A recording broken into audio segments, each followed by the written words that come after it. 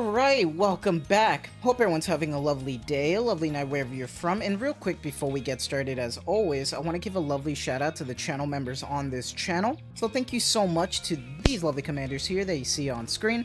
Thank you guys so much for your guys' constant generosity and support to me as always. It really means a lot to me, so thank you guys so much. If you guys are actually interested in becoming a lovely commander yourself, if you are interested in any of these cute and lovely emotes, loyalty crown badges, you want a special role in the Discord, make sure to join the Discord. But as always, if you choose to do so, thank you so much. Just remember, that's not the only way that you can support me. Just watching the content like you are right now is truly the best way. Liking, subscribing, and commenting, everything really does help, so thank you guys so much. And for today's video, with everything going on right now, we ended up pulling for Sora. If you missed that video, make sure you go watch it because I ended up getting lucky. Pretty happy with it, because unlike being happy with my pulls, the testing is a different story. We are going to get to it, but as always with this type of video, I like to break it down into 3 categories. I like to talk about the incoming timing of everything. Then I like to talk about the waifu aspect, which is always subjective, but I love to talk about it. And then I like to talk about the equipment, the skills, the testing, and my final thoughts. As always, timestamps wherever you want to go down below. But let's get started and let's talk about the incoming timing. Because I'm going to be honest, right now, it's a tough call for anybody to want to pull for Sora if you're not, 1, just doing this for collection purposes, 2, because you really like how she looks and you're doing it for the waifu aspect. Outside of those 2, there is no reason to be pulling for her right now. Not only did we just come back from a collab right now, but we are in the middle of a rerun for some units that even then are kind of niche on their own and are just kind of okay.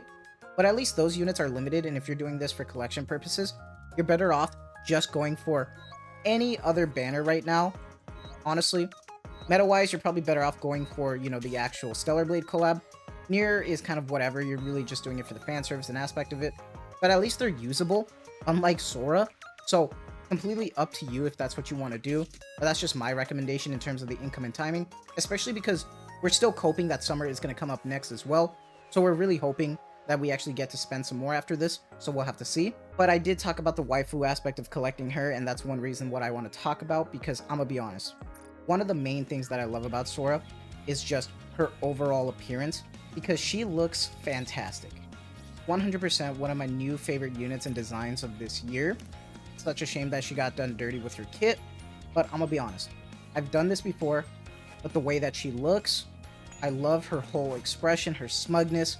The event right now with her personality is great. Kind of similar to Arcana, but a little bit different. I really like how she interacts with the characters. Really like it. Kind of happy they're leaning more into that right now. Such a shame though, but hey, it is what it is. We get a sweet smug expression. Insane JPS. I really like it. You get the boob jiggle. You get the assets. Looks so good. Even the chibi is stacked, man. It's crazy. And I still like that they add her little fang to her chibi. I just think that's really cute. With her sweet googly eye rocket launcher that shoots out money. Always think that's adorable. But that's it in terms of the waifu aspect, which to me is the only redeemable factor about her. And when I'm talking about the skills and the equipment, I guess I want to just take this as a moment by talking about that I'm a PvE channel. I really don't care for PvP that much, and I really don't want to start talking about PvP when it's something that I don't have knowledge for, nor do I care for. 90% of this game is PvE content, which is where also majority of the players are. Now, I'm not saying you can't enjoy PvP. You enjoy it, that's great, but that is not for me. That is not my focus either. So when I'm talking about these units, I'm strictly only talking about the PvE aspect. Maybe not, they're going to be good at PvP. I don't know, and honestly, I don't really care about that. I don't mean that in a mean way, but that's just me being honest about how they are for PvP. If they are, great, let me know in the comments. But I'm just not going to talk about something I don't know, so I hope you guys understand that. But when we're talking about equipment, I'm going to be honest, this is a support character where you're only focused on their skills.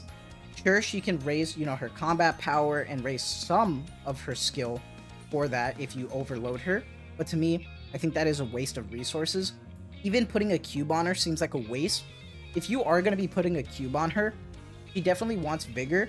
But I'm going to be honest, my slots are full, so I'm not going to waste it on her. I'm sorry, Sora, but it's just not it. And the skills is an interesting story right now, because I'm going to be 100% honest. It is not worth it going past 444, and even this alone feels like too much. And here's why. Let me go to Union Range real quick to show you guys, because when it comes down to it, when you're comparing the investment levels that you need, let's say we're talking about a 444, which is mine. Potency of HP granted goes up 25.6% continuously. That's at level 4, right? That's skill 1.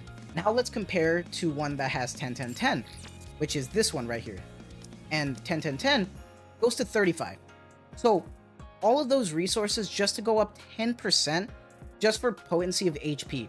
That is not worth it, and that is such a waste of resources in my opinion. And the same feeling happens here because with skill 2's Secret Carry On, the storage aspect, which at level 10 is 5.36% when attack goes up 23.74, you remember that 5% and 23%? Well, if you go look at a level 4 in skill 2, it's 3.9, and then attack goes up 17%. Those increases for the amount of materials that you are going to be putting in is not worth it by any means, and it's such a waste. The only redeemable factor here is going to be in the burst skill when we're comparing the percentages, because for her burst skill, Closely Carried Secret affects all allies, recovers 38.01% of the caster's final max HP as HP, and dispels 1 debuff. That's at level 4, 38%. Now, if we're comparing a level 10 skill, this actually is quite a difference. 52.27% is the difference. This burst skill is the only reason I can see an argument to invest a little bit more, and even then, I don't think it's worth it. Because the skill 1 has the potency, I feel like you don't even need to worry about having to like upgrade the burst even more. So leaving her at 444 feels kind of just right, and it saves you a lot of resources that you won't need to invest in. And I'm going to be 100% honest, I was kind of confused on how I wanted to actually test her, because obviously Union Shooting Range, you're not going to even need to, worry about it because there's no parts in there. So if we're trying to take advantage of her and her skill 2, I decided to do some testing with Kraken in Anomaly Interception, doing like mock battles, and I found myself overwhelmed because I feel like there's no point in having her, because not only do I need to actually have her here on a team, I'm wasting a slot that I could have another character. Typically, I like to have Helm here, but then if we're talking about healing, if I really want to get the most out of her healing from her burst, I have to burst with her and I have to take up a slot that I could be using on an actual burst 1, which is unfortunate. And the passive healing from storage with damage to parts, I feel like I can get better healing from other characters like Marciana, who has storage as well. Naga, Rapunzel, even Bunny Alice, I feel like I can get more out of. Even Helm's Treasure, having this maxed out, I'm better off with this. And that's just, for me, I really don't know what's the point of Sora right now. It's just kind of baffling to me that we have a kit this bad in 2025 right now, especially coming off of some pretty damn good kits this year. They were on a roll, and now it's just kind of a question mark for me. I really don't know how they're going to be utilized. We'll have to see, especially with Solo Raid right now. Maybe some people can cook something interesting. We'll see. But for now, in general, if you're thinking about pulling for her more than just the waifu or anything, I would just skip for now, and that's just my opinion. Everyone can come to their own conclusion, do your own testing, and come with your own results as well. Maybe I'm just being too harsh, but that's honestly how I feel, and I really like Sora though. I'm glad I pulled for her because she looks great, really liking the event story, but I just don't care for her kit at all. Pretty damn bad. It's like almost equivalent to Milk's Treasure, so that's just crazy to me. But let me know what your guys' thoughts are. Am I being too harsh? Let me know. However, that is going to be it from me. I hope you guys have a lovely day, lovely night wherever you're from, and as always, thank you so much for your constant support. Take care. Have a good one.